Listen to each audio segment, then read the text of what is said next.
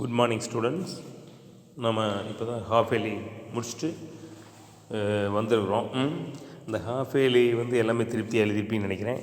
அந்த half yearly எழுதின இந்த டெஸ்ட் பேப்பரை ஸ்கூலில் கொண்டாந்து கொடுத்தீங்கன்னா நாங்கள் கரெக்ஷன் பண்ணி உங்களுடைய மார்க் எவ்வளோ அப்படிங்கிறத நான் சொல்லுவோம்.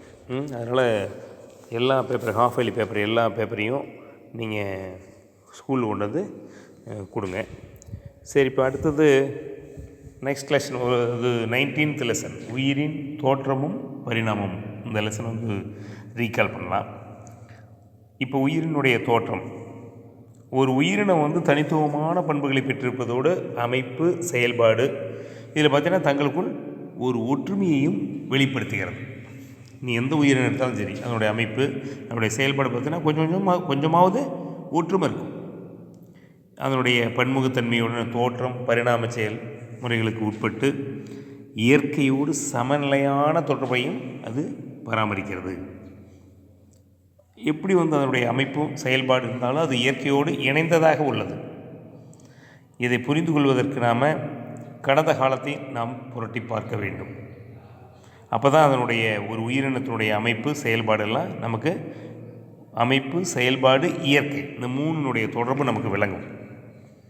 இப்போ பூமியில் தோன்றிய காலம் முதல் உயிரினங்கள் பெரும் மாற்றங்களை சந்தித்திருக்கிறது. அதாவது நான் என்ன சொல்கிறேன்னா, ஆரம்பத்தில் ஒரு உயிரினம் பூமியில் தோன்றுச்சுன்னா அந்த உயிரினம் அப்படியே இருப்பது இல்லை.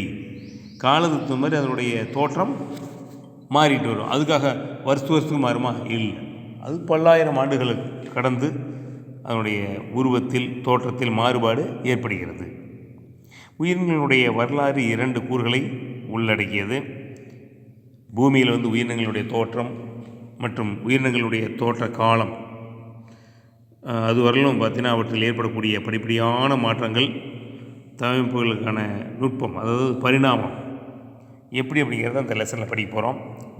அதுக்கு முன்னாடி பூமியினுடைய தோற்றம் என்ன? உயிரினங்களுடைய தோற்றம் பூமியின் தோற்றத்தோடு தொடர்புடையது. பெருவெடிப்பு கோட்பாடு அப்படிங்கிறது அண்டத்தினுடைய தோற்றத்தை விளக்குகிறது. இதை பூமி எப்படி தோன்றுச்சு அப்படிங்கிறத இந்த பெருவெடிப்பு கோட்பாடு அப்படிங்கிற ஒரு கோட்பாடு வெளிப்படுத்துகிறது. இந்த கோட்பாட்டின்படி அண்டம் ஒரு பெருவெடிப்பினால் 15 மில்லியன் ஆண்டுகளுக்கு முன்னாடி தோன்றியது அப்படிங்கிறது. ஒரு பெரிய வெடிப்பு ஏற்பட்டு பூமியில், அதாவது அண்டம் அப்போ தான் உருவாச்சான். பெரிய வெடிப்பு ஏற்பட்டு 15 மில்லியன் ஆண்டுகளுக்கு முன்னாடி இந்த அண்டம் உருவானது அப்படின்னு சொல்கிறாங்க. அண்டமானது விண்மீன்கள், வாயு மேகங்கள், தூசிகளினாலான விண்மீன் மண்டலங்கள், இது எல்லாத்தையும் உள்ளடக்கியது தான் அண்டம்.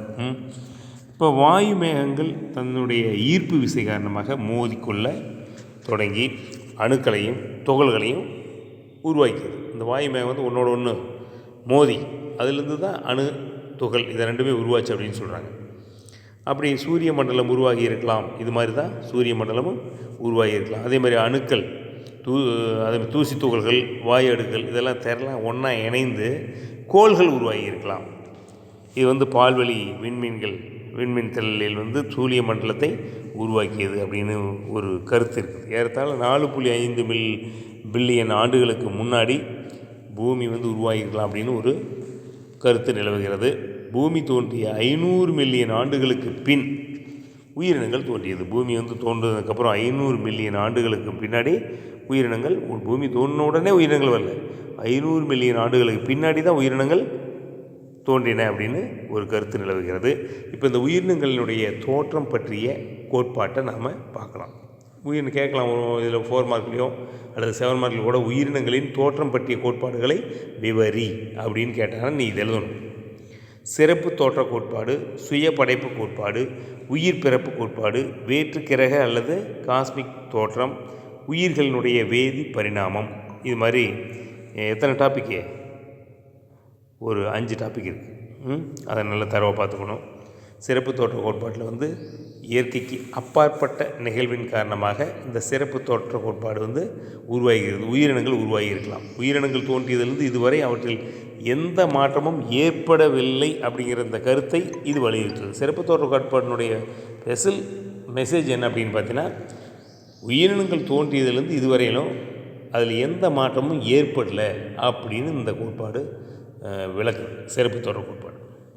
சுயபடைப்பு கோட்பாடுன்னு எடுத்துக்கிட்டிங்கன்னா, இந்த கோட்பாட்டின்படி உயிரற்ற பொருள்களிலிருந்து தன்னிச்சையாக உயிர் தோன்றியது, உயிரற்ற பொருளிலிருந்து தன்னிச்சையாக உயிர் தோன்றியது அப்படின்னு சுய படைப்பு கோட்பாடு சொல்லுது.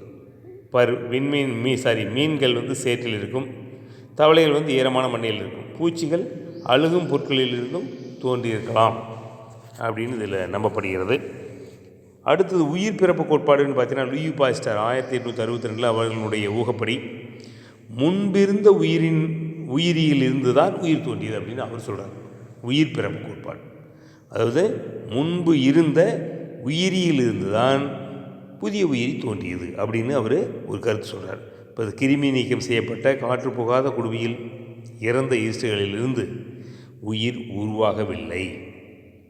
அதே மாதிரி ஆனால் காற்று உட்போகக்கூடிய மற்றொரு குடுவையில் இறந்த ஈஸ்டுகளிலிருந்து புதிய உயிரினங்கள் தோன்றியிருக்கிறது. அப்போ இதில் காற்று ரொம்ப முக்கியம்.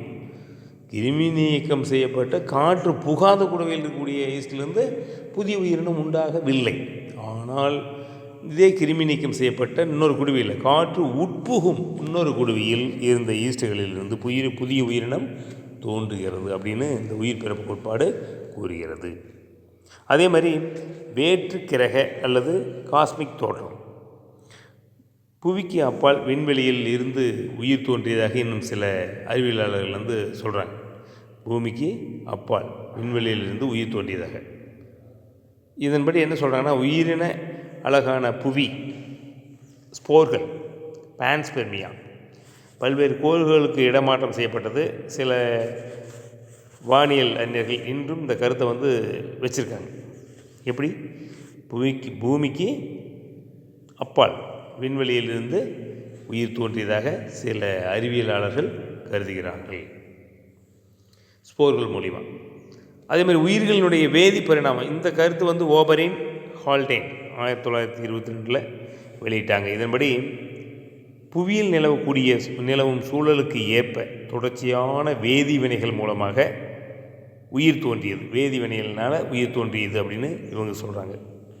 முதலில் தோன்றிய உயிர் ஏற்கனவே இருந்த உயிரற்ற கனிம மூலக்கூறுகளிலிருந்து உருவாகிப்பார். உயிரில்லாத கனிம மூலக்கூறுகளிலிருந்து புதிய உயிர் உருவாகி இருக்கலாம் அப்படின்னு இந்த ஓபரின் ஹால்டேன் 2 பேரும் கூறுகிறார்கள். இந்த கனிம கூறுகள் மற்றும் கரிம கூறுகள் வழியாகவும் கனிம கூறுகள் கரிம கூறுகள் உருவாக காரணமாக இருக்கிறது அப்படின்னு சொல்லியிருக்காங்க. இந்த கரிம மூலக்கூறுகள் கூழ்ம தொகுதியாக மாற்றமடைந்து உயிர்களை உருவாக்கி இருக்கலாம் அப்படின்னு ஒரு கருத்தும் நிலவுகிறது. உயிரினத்தினுடைய தோற்றம் பற்றிய வேதி பரிணாமத்தின் நவீன கருத்துக்கள் அனைவராலும் ஏற்றுக்கொள்ளப்பட்டது. இதுதான் உயிரினங்களின் தோற்றம் பற்றிய கோட்பாடு. உயிரினங்களுடைய தோற்றம் பற்றிய கோட்பாடு இதுதான். இதனால் தரவை பார்த்துக்குங்க. அதேமாதிரி பரிணாமத்தினுடைய சான்று, சரி இப்படியெல்லாம் உயிரினம் தோன்றி இருக்குதுன்னு சொல்கிறீங்க, ரைட்டு, இதுக்கு என்ன எவிடன்ஸ் அப்படின்னு பார்த்தீங்கன்னா, தற்போது வாழக்கூடிய உயிரினங்களுக்கு இடையேயான தொடர்புகளை கூர்ந்து கவனிப்பதன் மூலம் அழிந்துவிட்ட உயிரினங்களுக்கு இடையேயான ஒற்றுமைகளை தொடர்படுத்துவதன் மூலமும் பரிணாமத்தை நாம் நன்றாக புரிந்து கொள்ள முடியும். ஏற்கனவே வாழக்கூடிய தற்போது வாழக்கூடிய உயிரினங்களுக்கு இடையேயான தொடர்பு, அப்புறம் அழிந்துவிட்ட உயிரினங்களுக்கு இடையேயான தொடர்பு, இரண்டையும் கூர்ந்து கவனிச்சதாகவே தெரியும் பரிணாமத்தினுடைய வளர்ச்சி. உயிரியலினுடைய பல்வேறு துறைகளிலிருந்து கிடைத்த சான்றுகள் உயிரினங்களுக்கு இடையேயான தொடர்புகளை ஆதரிப்பதாக உள்ளது. இதில் பார்த்தீங்கன்னா, அனைத்து உயிரினங்களும் பொது முன்னோர்களிலிருந்து தோன்றின என்ற கருத்தை இந்த சான்று ஆதரிக்கிறது. எல்லா உயிரினமும் பொதுவான முன்னோர்களிலிருந்து தோன்றியது அப்படிங்கிறது இந்த கருத்தை சான்றாக உள்ளது. தொல்லுயிரியல் சான்றுகள் தற்கால பறவைகளினுடைய தோற்றத்திற்கு ஆதாரமாக உள்ளது. ஓகே. அதே மாதிரி புறத்தோற்றவியல் மற்றும் உடற்கூறியல் சான்றுகள். இதில் உயிரினுடைய புறத்தோற்றவியல் மற்றும் உடற்கூறியல் இரண்டுக்கு இடையேயான அமைப்புகளை ஒப்பிட்டு ஆய்வுகள் செய்து சில கருத்துக்களை வெளியிட்டிருக்கிறார்கள். அதில் பார்த்தீங்கன்னா, அமைப்பு ஒத்த உறுப்புகள் ஒரே மாதிரியான கருவளர்ச்சி முறை கொண்ட பொதுவான முன்னோர்களிடமிருந்து மரபு வழியாக உருவான உறுப்புகள் அமைப்பு ஒத்த உறுப்புகள் எனப்படும். அமைப்பு ஒத்த உறுப்புகள் என்றால் என்ன? ஒரே மாதிரியான கரு வளர்ச்சி முறை கொண்ட பொதுவான முன்னோர்களிடமிருந்து மரபு வழியாக உருவான உறுப்புகள் அமைப்பு ஒத்த உறுப்புகள்.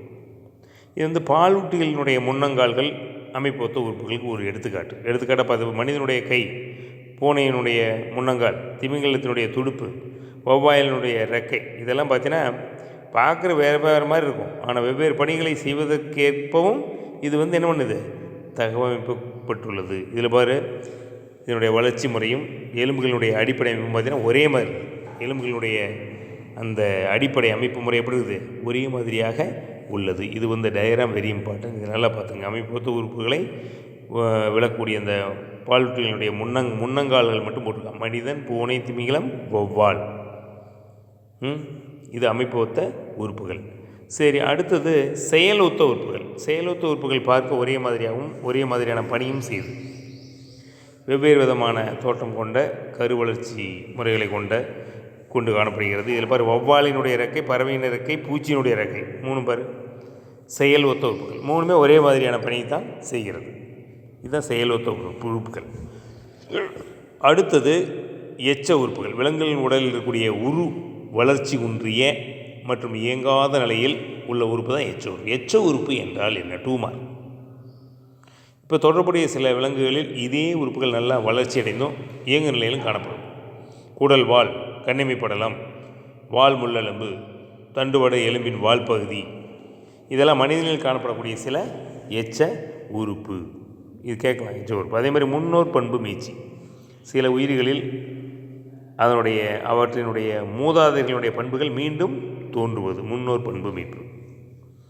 இதில் சில பிறந்த குழந்தைகள் காணப்படக்கூடிய வளர்ச்சியற்ற வால், மனித உடல் முழுவதும் அடர்த்தியான ரோமம், இதெல்லாம் முன்னோர் பண்பு மீட்சிக்கான ஒரு சில எடுத்துக்காட்டு. முன்னோர் பண்பு மீட்சி 4 மார்க்கில் கேட்கலாம். இதை நல்லா தரவை பார்த்துங்க. இது என்னென்னா, அதாவது இந்த புறத்தோற்றவியல் மற்றும் உடற்கூறியல் சான்றுகளை குறிப்பிடு அப்படின்னா இந்த 4 எழுதணும். என்னென்ன எழுதுவேன்? அமைப்பு ஒத்த உறுப்புகள், செயலொத்த உறுப்புகள், எச்ச உறுப்புகள், முன்னோர் பண்பு மீட்சி. ஓகேவா? இதை நல்லா தரவை பார்த்துங்க. போதும், மீதி அடுத்த வகுப்பில் பார்க்கலாம். இதுவரையிலும் பார்த்த இந்த பாடத்தில் கூடிய கொஷின் நல்லா தரவை படித்து எனக்கு வாட்ஸ்அப்பில் சென்ட் பண்ணி விடுங்க. Book back very important. Book back மெயினாக அழகாக எழுதி அனுப்புங்க. ஓகேவா? Lesson 19 book back and interior 2 பாருங்கள். ஓகே.